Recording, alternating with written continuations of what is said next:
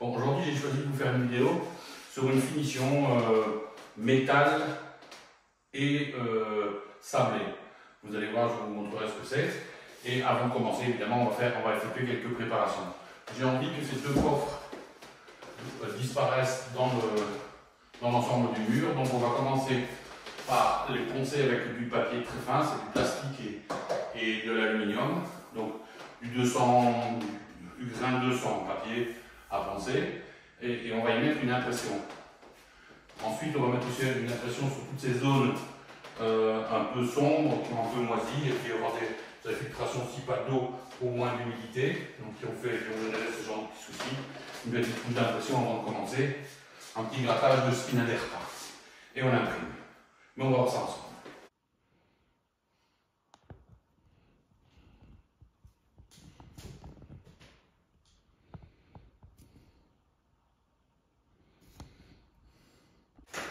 Voilà, comme je vous le disais, mon opération va consister à rayer toute la surface de cette zone que je veux peindre et la poncer avec du papier très fin. Si vous allez directement en peinture dessus, ça n'adhérera pas sur de la peinture laquée comme celle-là, elle ne tiendra pas très longtemps. Donc pour que ça tienne, il faut d'abord poncer, c'est une obligation, et ensuite imprimer.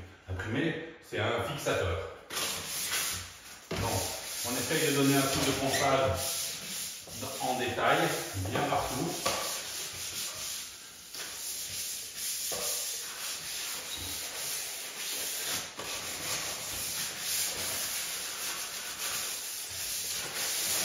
Voilà, une fois votre ponçage réalisé, un petit époustage avec une brosse à poussière, moi je vais scotcher ici parce qu'il me faut une finition impeccable.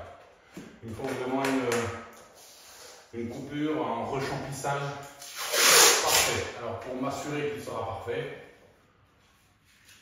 eh bien je vais utiliser du masquage. Masquage qui est simplement le scotch dont on se sert pour faire la protection des sols ou des objets. Voilà, on essaye de le mettre le plus droit possible. Comme ça, et de bien le scotcher parce qu'au moment de le retirer, là je vais déborder sur le scotch quand je vais peindre. C'est tout l'intérêt d'ailleurs. Et il faut que ça me fasse une ligne parfaitement droite au moment de l'enlever. Une fois que ça c'est fait, hop, et je prends bien soin de bien l'appliquer. Et bien une fois que c'est fait, un petit pinceau, un rouleau, de l'impression. Alors, comme je vous l'ai dit, l'impression c'est un fixateur. Moi j'utilise en tant que professionnel, donc j'y ai accès. C'est des produits à base de solvant, donc de white spirit.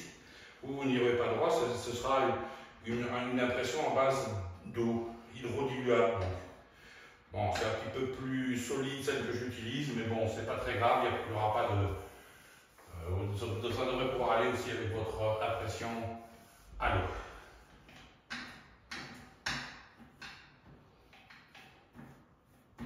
Donc après, c'est simple, ça vous connaissez. Un petit coup de rouleau sur la partie qu'on va peindre. Hop. Ici, en dessous du fait que j'ai posé mon scotch, évidemment, je ne suis pas obligé de faire trop attention. Je peux déborder à souhait. Voilà. Un petit coup sur le côté, il faut surtout rien oublier. Parce que comme je vous le disais, votre peinture sinon ne tiendra pas. Voilà. Hop. Un petit coup de finition au pinceau pour s'assurer qu'on a bien fait ça. Et là, on peut déborder sur le mur sans aucun souci. Ce ne sera pas plus mal. D'ailleurs, on va passer un petit coup d'impression sur les zones qui ont un peu noirci. Et un petit coup d'impression ici aussi.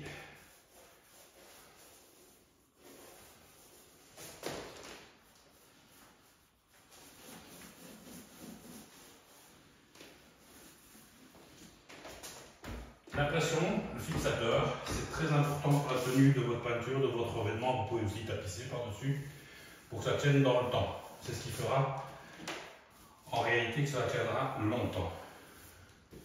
Voilà, l'opération suivante évidemment, c'est l'enduisage. Une fois que votre impression a bien séché, vous l'avez laissé sécher au moins 12 heures, vous allez laisser passer la nuit. Là on passe à la phase enduisage. Il va falloir enduire au moins 2 fois pour arriver à rattraper ces petits défauts.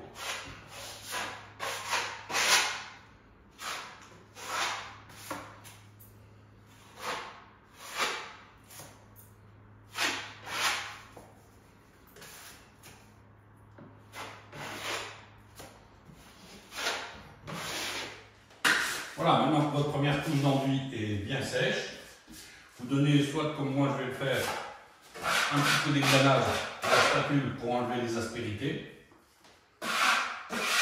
Et si par contre vous avez fait des sardines, comme on dit dans le métier, ou des épaisseurs un peu plus fortes, vous prenez un petit morceau de papier à poncer et vous donnez un petit peu de ponçage rapide et léger, sans appuyer dessus. C'est juste pour enlever les aspérités. Voilà, une fois que vous avez fait ça, on passe à la seconde couche d'enduisage.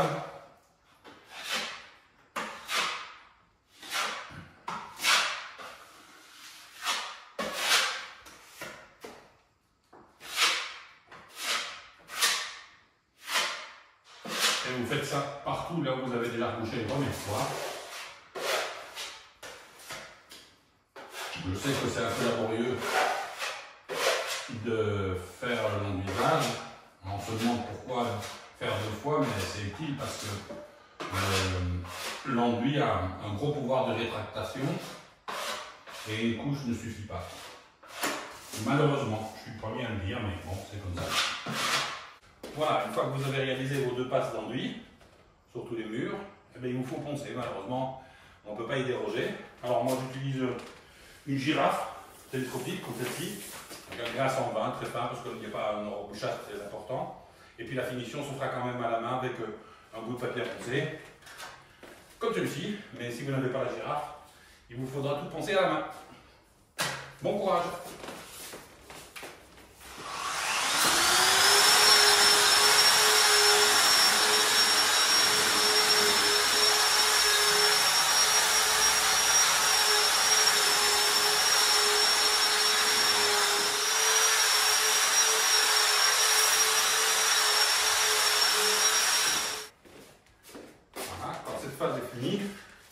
Papier à poncer. Toutes les surfaces dans lesquelles vous n'avez pas pu passer avec la machine, c'est à la main.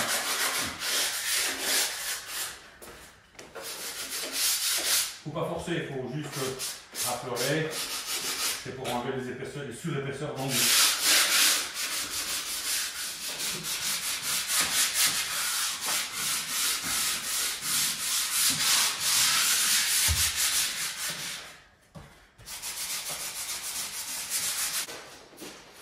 L'opération suivante consiste évidemment à peindre le mur. Alors j'ai choisi une finition qu'on trouve dans les grands supermarchés, de bricolage. C'est pur métal, donc c'est une peinture couleur un peu dorée, on va dire jaune doré, dans laquelle j'ai pris un adjonctif de perles de soie. C'est un genre de quartz qu'on rajoute dans la peinture. C'est prédosé, c'est-à-dire pour 2 litres et demi de peinture, je crois, non 2 litres. Vous rajoutez ce bocal de quartz dedans, vous le mélangez bien et ensuite vous l'appliquez sur le mur. Alors, pour bien mélanger, moi j'ai déjà mis dedans, je laisse fermer le pot, je secoue bien et je m'assure que c'est bien mélangé. Voilà.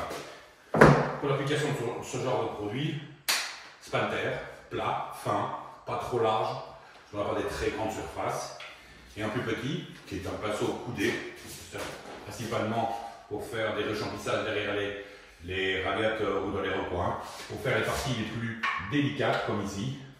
On va agir par petites passes croisées, que ce soit avec le spalter un peu plus grand, de façon totalement irrégulière, pour avoir une finition, vous allez voir, un peu moirée. Donc pas tout à fait uniforme, on va dire. On trempe le bout du pinceau et on y va. Vous voyez, j'essaie de vous faire quelque chose de probant pour que vous voyez bien ce que je fais. Évidemment, là, je suis bien au bord. Donc, il ne faut pas que je déborde sur le truc métallique, mais vous savez que j'ai, on va dire, le petit lito en aluminium qui va venir cacher. Donc, je ne suis pas obligé d'aller super droit. Et je vais comme ça, vous voyez, de façon totalement irrégulière. Il y aura une deuxième face, hein, ne vous inquiétez pas. Votre produit, évidemment, vous le remélangez chaque fois au bout de 5 à 10 minutes pour que ça reste bien mélangé, qu'il y ait des grains de quartz de partout. Alors, ne vous inquiétez pas si ça fait quelque chose d'irrégulier au début, c'est normal. Hein. Vous pouvez repasser.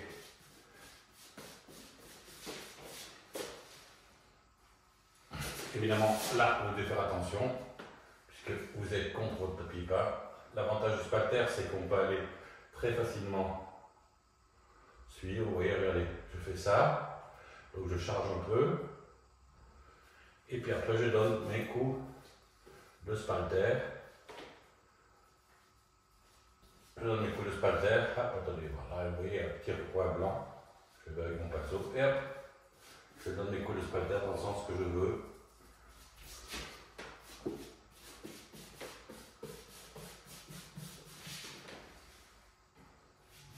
Une fois que vous avez étalé votre première couche partout, il faut attendre au minimum 4 heures avant de mettre la seconde couche.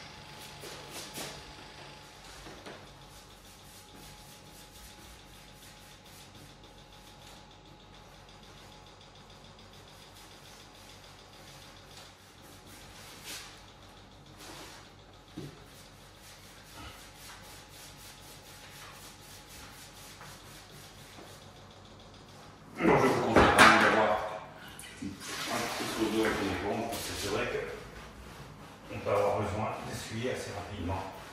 Hop. Des petites projections. Voilà. Par exemple ici, cette petite zone-là, ça va être un petit peu plus délicat. Là, je prends un pinceau un peu plus petit. Le pinceau dit coudé.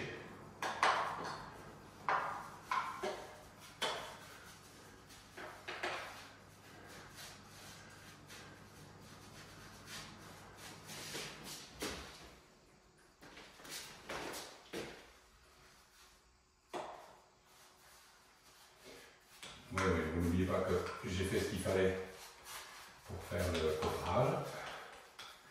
Donc là aussi, on le passe.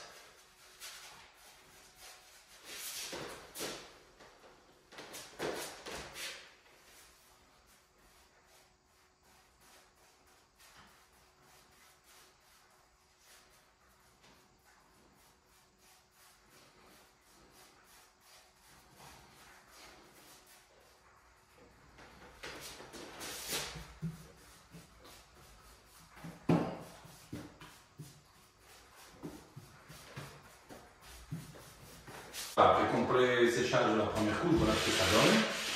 Donc c'est légèrement brillant, c'est moiré. Vous avez un genre de quartz, de sable dans la peinture, c'est ce qu'on a incorporé.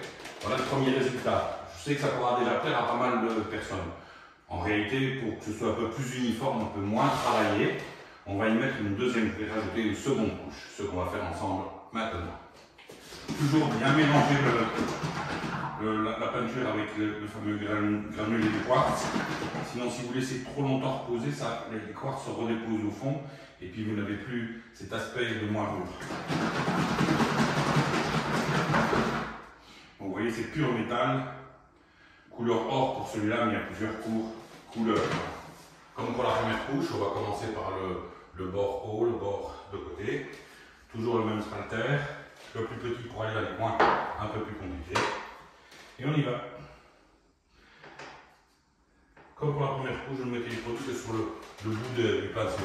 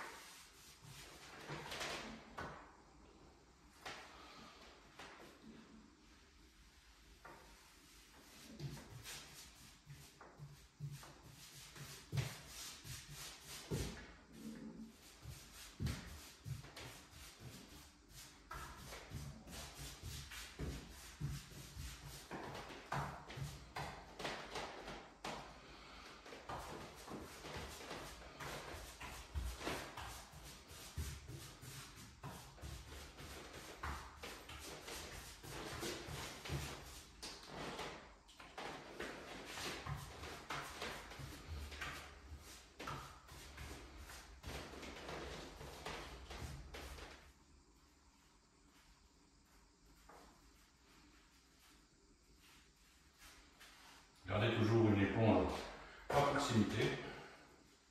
Voilà, une fois que vous avez fini de passer votre seconde couche de peinture, enfin de finition, il est préférable d'enlever le scotch, tous les scotch que vous avez mis, là où la peinture touche, parce que si vous attendez trop longtemps qu'elle soit vraiment très sèche, vous risquez en défaisant le scotch de peler la peinture. Donc afin d'éviter ça, on attend qu'elle soit, enfin on attend 1 heure, 1 heure et demie qu'elle ait commencé à sécher, qu'elle soit presque sèche au toucher.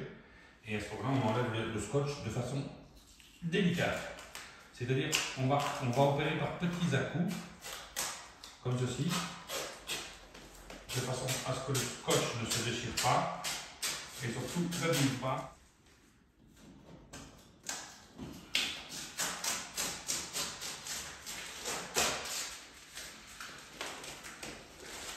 Voilà, maintenant que vos 2 couches sont terminées, que vous avez laissé sécher un petit peu, il vous faut refaire un peu le tour avec le blanc pour tous les dépassements, refaire un petit peu le rechampi, plafond. N'essayez pas d'aller trop près du mur, ça ne sert à rien, comme je vous l'ai déjà dit. Laissez quelques millimètres .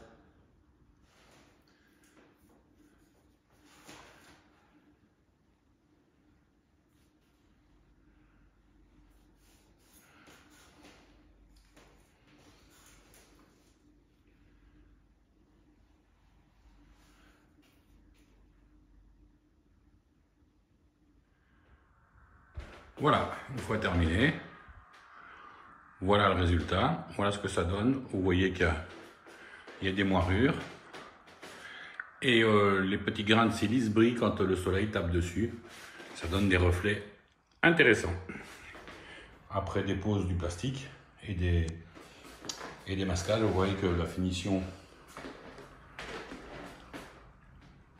est parfaite.